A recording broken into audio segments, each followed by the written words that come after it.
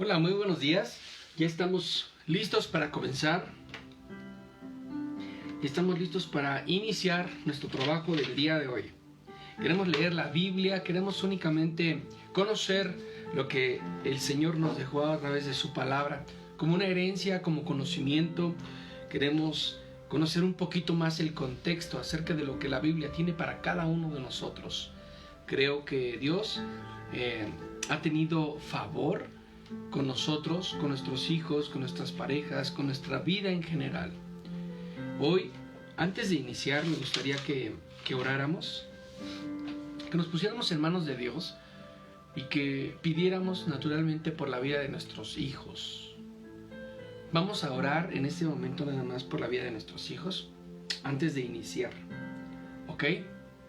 Espero que estés listo, que tomes, que tengas tu bolígrafo, que tengas tu libreta para anotaciones, la Biblia también, que es importante. Hoy vamos a leer Lucas 4 y Lucas 5. Nada más son 2 capítulos, no son muy largos, pero vamos a hacerlo porque es necesario avanzar para ir conociendo un poquito más el contexto de estas escrituras y que esta misma lectura nos lleve a tener un criterio más amplio de lo que era Jesús, de lo que aconteció con el Maestro, de su caminar aquí durante su ministerio.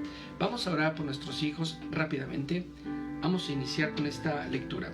Señor, te damos gracias, Padre. Hoy, Señor, venimos delante de tu presencia con acción de gracias, pidiéndote, Padre, que pongas, Señor, esta lectura, Señor, en dirección hacia ti, Señor. Que tú, Padre, nos lleves a tu presencia, Señor, a través de tu palabra. Queremos estar delante de ti.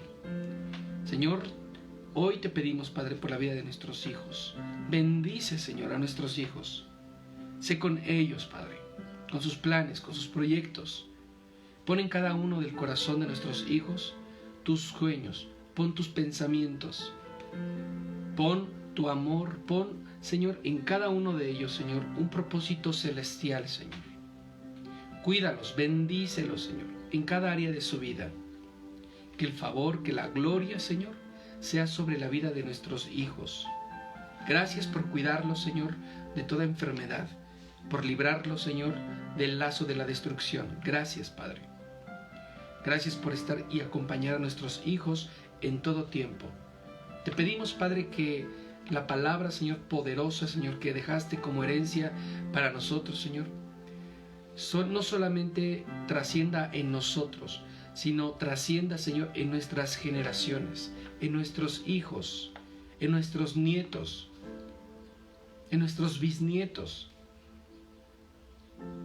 Anhelamos, Señor, que nuestras generaciones, Padre, te adoren, te conozcan, vivan conforme a tu ley, que vivan conforme a tus enseñanzas, que sean movidos por el Espíritu Santo, y que aún, Señor, si nosotros les faltáramos, Señor, sabremos, Señor, que tú nunca le faltarás, que tú nunca los dejarás, que tú nunca los abandonarás, y que tu palabra, Señor, permanecerá en ellos eternamente. En el nombre de Jesús. Amén.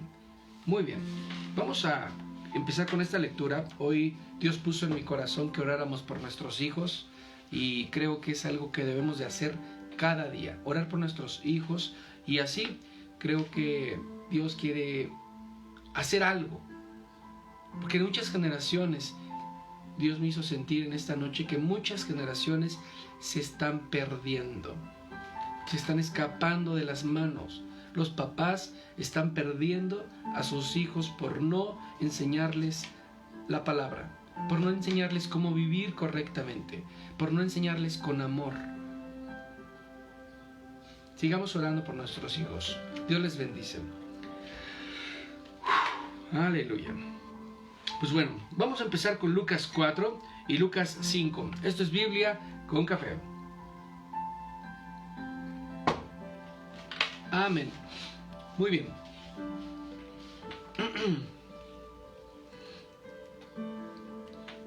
Muy bien. Estábamos viendo que Lucas 2 y Lucas 3. En Lucas 3, el ministerio de Juan el Bautista. Juan el Bautista testifica de Jesucristo, el bautismo de Jesús y después la genealogía de Jesucristo. En eso nos quedamos. Ahora, Jesús es llevado, ¿a dónde creen? Al desierto. Y vence al diablo. Jesús vence al diablo en persona. Y vamos a empezar a analizar esta historia en capítulo 4. El Espíritu de Dios llenó a Jesús con su poder.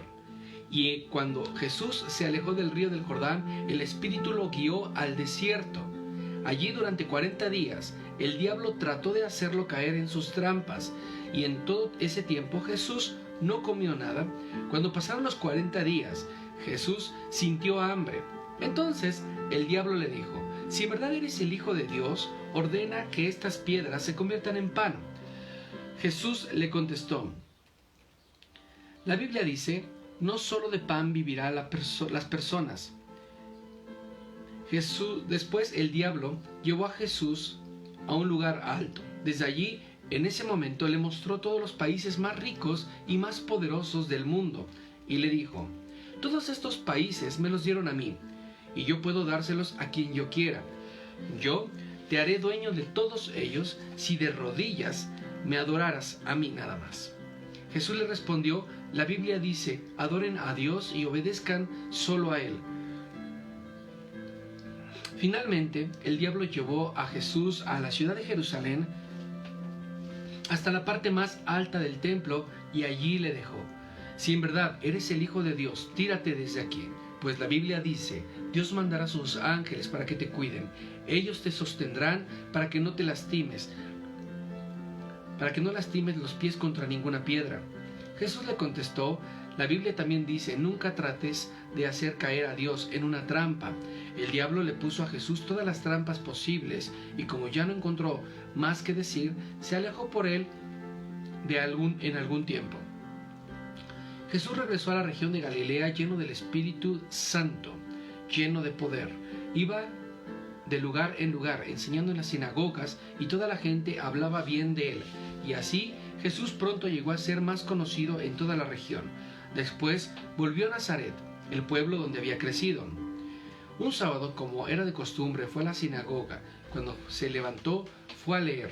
Le dieron el libro de los profetas del profeta Isaías. Jesús lo abrió y leyó: el Espíritu de Dios está sobre mí, porque me eligió y me envió para dar buenas noticias a los pobres, para anunciar la libertad a los prisioneros, para devolverles la vista a los ciegos, para rescatar a los que son maltratados, y para anunciar a todos los que en este tiempo, para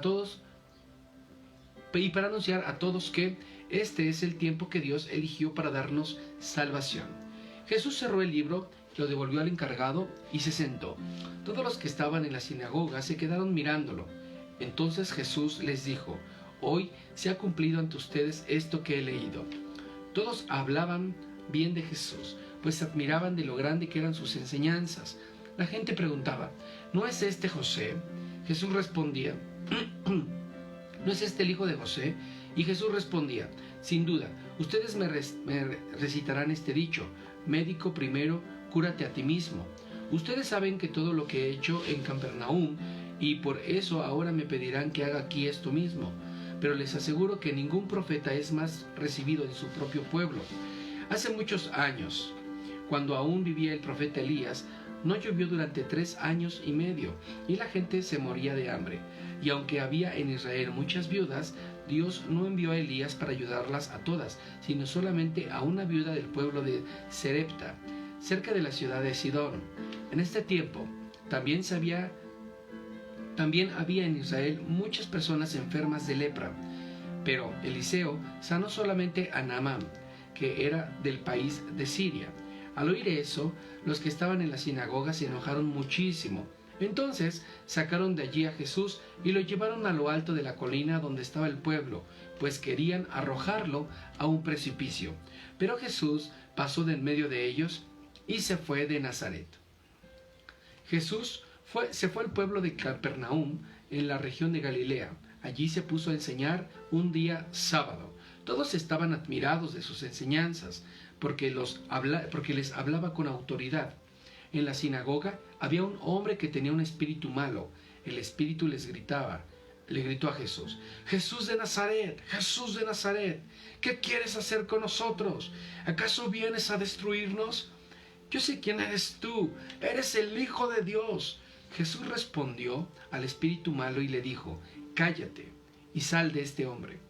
Delante de todos, el espíritu malo arrojó al hombre al suelo y salió de él sin hacerle daño.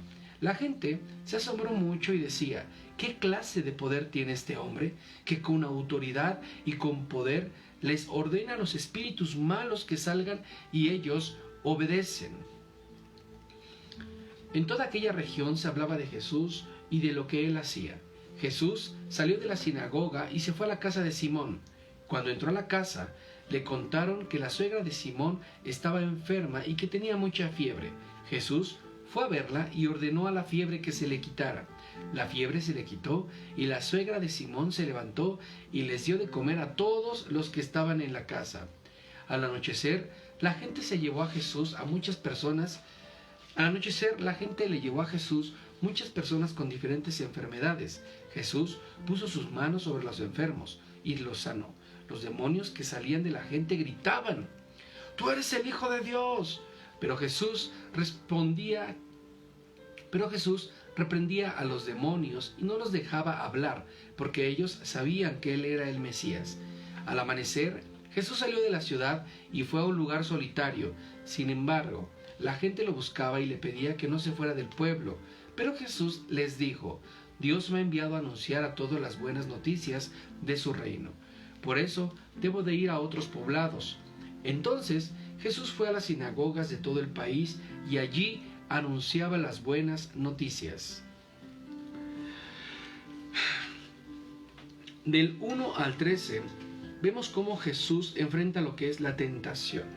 Satanás lo está persiguiendo durante todo este tiempo. Jesús había pasado primero 40 días y 40 noches en ayuno y en oración. Él estaba completamente sin comer ni beber ningún alimento. Entonces Satanás se presentó delante de él y le ofreció todo tipo de tentaciones. Le ofreció de todo y Jesús, con autoridad y con poder, resistió y se mantuvo firme en lo que Dios le había pedido hacer. Y el diablo, al no tener otra opción, tuvo que salir huyendo de ese lugar, dice la palabra, por un tiempo. Del 14 al 30, Cristo en la sinagoga de Nazaret. Y del 31 al 44, la expulsión del espíritu inmundo y sana al enfermo. Nosotros vemos cómo Jesús enseñó en su propia tierra. Explicó que en su propia tierra iba a ser imposible que muchos recibieran y dio algunos ejemplos del Antiguo Testamento. Dio algunos ejemplos, no citó las palabras del Antiguo Testamento, solamente manifestó algún ejemplo, ¿no? Entonces, las personas que estaban en este lugar se enojaron muchísimo con Jesús y lo llevaron a un precipicio para matarle. Pero Jesús, dice la palabra, que pasó entre ellos, pasó entre todos esta multitud y salió de ese lugar y se fue de esta tierra a predicar a otro lugar. Naturalmente vemos cómo Jesús empieza a reconocer que el poder que tiene Él no es de Él mismo, sino de su Padre. ¿Ok? Ahora, en el capítulo 5 manifiesta lo siguiente. Una vez Jesús estaba a la orilla del lago de Galilea y la gente se amontonó alrededor de Él para escuchar el mensaje de Dios. Jesús vio 2 barcas en la playa. Estaban vacías porque los pescadores estaban lavando sus redes. Una de estas barcas era de Simón Pedro. Jesús subió a ella y le pidió a Pedro que se alejara un poco de la orilla. Luego se sentó en la barca y desde allí comenzó a enseñar a toda la multitud. Cuando Jesús terminó de enseñarles, le dijo a Pedro, «Lleve la barca a la parte honda del lago y lanza las redes para pescar». Pedro respondió, «Maestro, toda la noche estuvimos trabajando muy duro y no pescamos nada, pero si tú mandas, lo voy a hacer y voy a echar las redes». Hicieron lo que Jesús les dijo y fueron tantos los pescados que recogieron que las redes estaban a punto de romperse. Entonces hicieron señas a los compañeros de la otra barca para que estos fueran enseguida a ayudarlos. Eran tantos los pescados que entre todos llenaron las 2 barcas y las barcas estaban a punto de hundirse. Al ver esto, Pedro se arrodilló delante de Jesús y le dijo,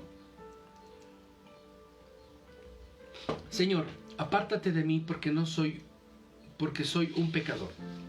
Santiago y Juan, que eran hijos de Zebedeo, Pedro y todos los demás, estaban muy asombrados por la pesca tan abundante, pero Jesús le dijo a Pedro: no tengas miedo, de hoy en adelante, en lugar de pescar peces, te voy a enseñar a ganar seguidores para mí. Los pescadores llevaron las barcas a la orilla, dejaron todo lo que llevaban y se fueron con Jesús.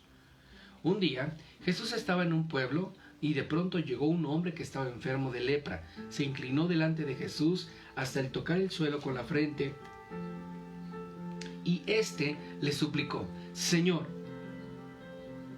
yo sé que tú puedes sanarme. ¿Quieres hacerlo?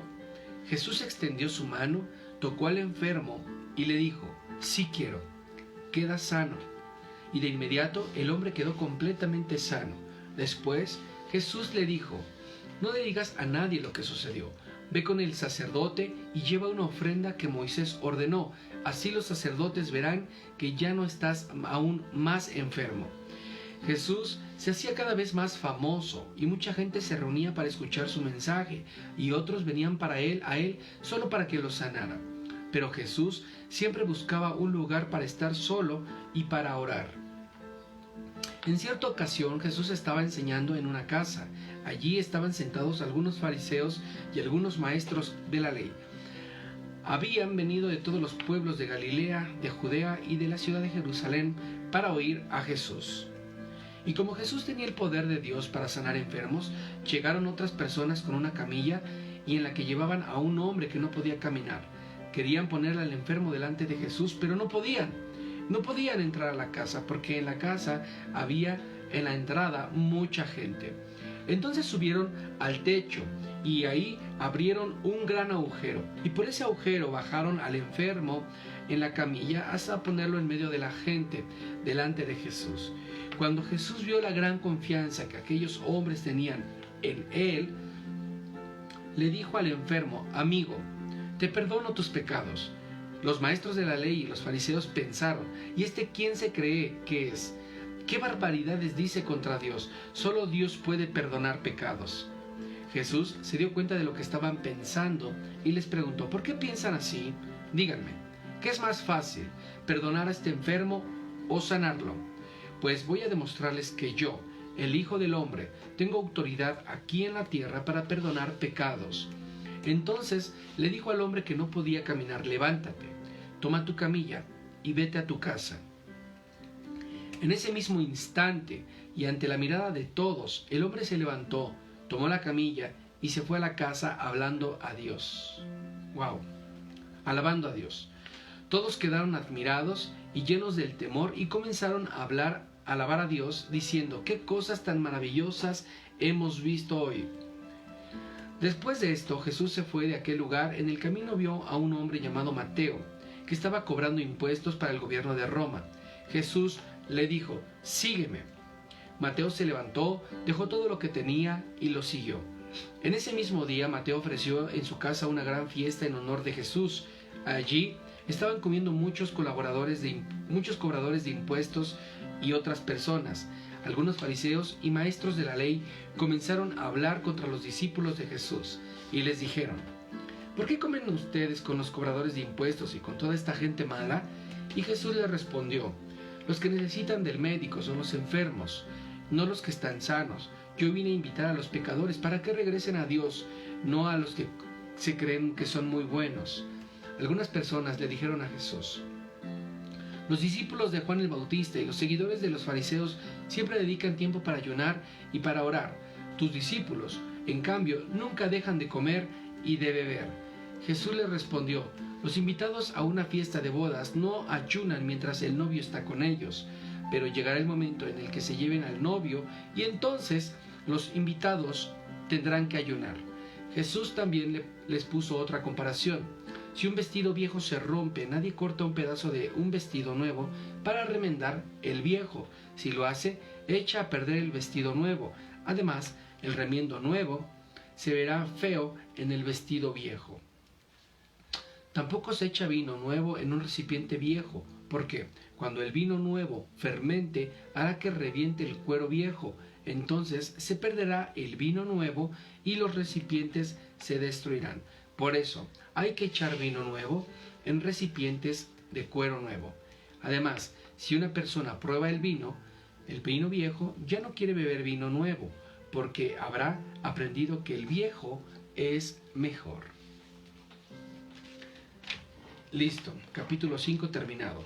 Estamos observando que en el capítulo 5 del libro de Lucas, del 1 al 11, nos muestra lo que es la pesca milagrosa, la famosa pesca milagrosa. Después, el llamamiento de Pedro, Santiago y Juan. Del 12 al 16, la limpieza del leproso. Del 17 al 26, la sanidad del paralítico. Del 27 al 39, llamamiento de Leví. Y después, la respuesta de Cristo a fariseos. Bueno, estamos observando cómo el libro de Lucas nos va detallando ciertos momentos, ciertas palabras, y todas estas han sido importantes, ya que nos declaran los hechos, nos declaran las palabras, los momentos, los dichos, los hechos de Jesucristo.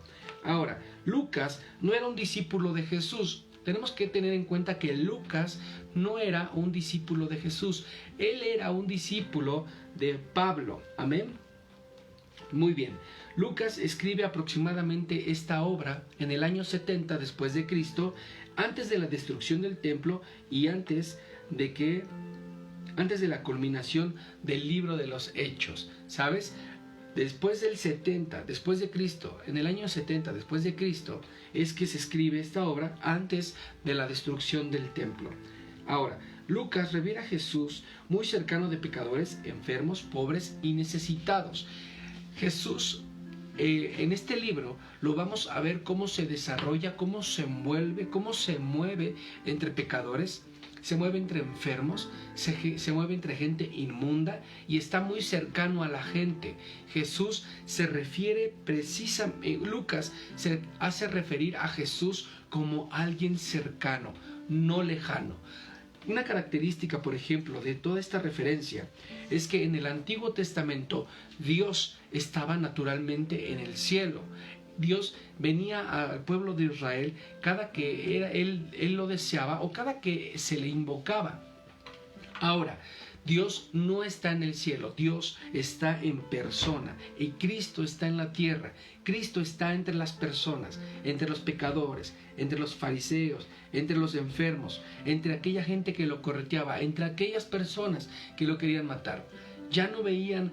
Jesús quería hacerle sentir a la gente que Él no era lejano, que Él era cercano. Entonces, cuando los fariseos y todos los sacerdotes de la ley veían a Jesús entre la gente, entre los enfermos, entre la prole, por así llamarlo, ellos se molestaban tanto porque esto no era santo según ellos, no era correcto. Pero Jesús les hizo saber que Él era el Hijo de Dios y que era necesario estar entre la gente. Por eso nosotros tenemos, ¿cómo le podemos llamar? Pasión por la gente. Y nos gusta salir a compartir, a visitar personas, nos gusta orar por los niños, salir a las comunidades, llevar ropa, llevar cosas. ¿Por qué? Porque es el ejemplo que Jesús manifestó en la Biblia. Las personas necesitan tener un contacto con las personas, necesitan tener relación con Jesús. Y cuando nosotros vamos y compartimos la palabra, lo único que hacemos es hacer lo que Jesús nos pidió y llevar el mensaje de salvación, llevar el mensaje de la fe. La paga no viene de este mundo, la paga viene del cielo, la provisión viene de arriba, la lluvia, dice la palabra, viene de los cielos para nutrir los campos, para nutrir los ríos, para nutrir la tierra. Nosotros somos nutridos por parte de la gloria de Dios. Dios nos respalda un día y al otro día lo vuelve a hacer. Nosotros no tenemos que fijarnos en lo que va a acontecer el día de mañana, pues dice la palabra que cada día trae su problema. Pero hay que estar presentes en cada día y enfocarnos en lo que Dios tiene preparados para nosotros. No bajes la guardia, mantén tu corazón firme, tu espíritu de fe enfocado en Dios, enfocado en lo que Dios te está pidiendo cada día. y mantén ese espíritu de gozo en todo momento, porque seguramente el galardón está siendo enviado. Me acuerdo cuando un día pedí algo por Amazon y yo tenía la posibilidad, tenía la facilidad de ver cómo venía mi paquete. Me metía a la página de Amazon y le ponía la clave y veía en qué situación se encontraba mi paquete, ¿no?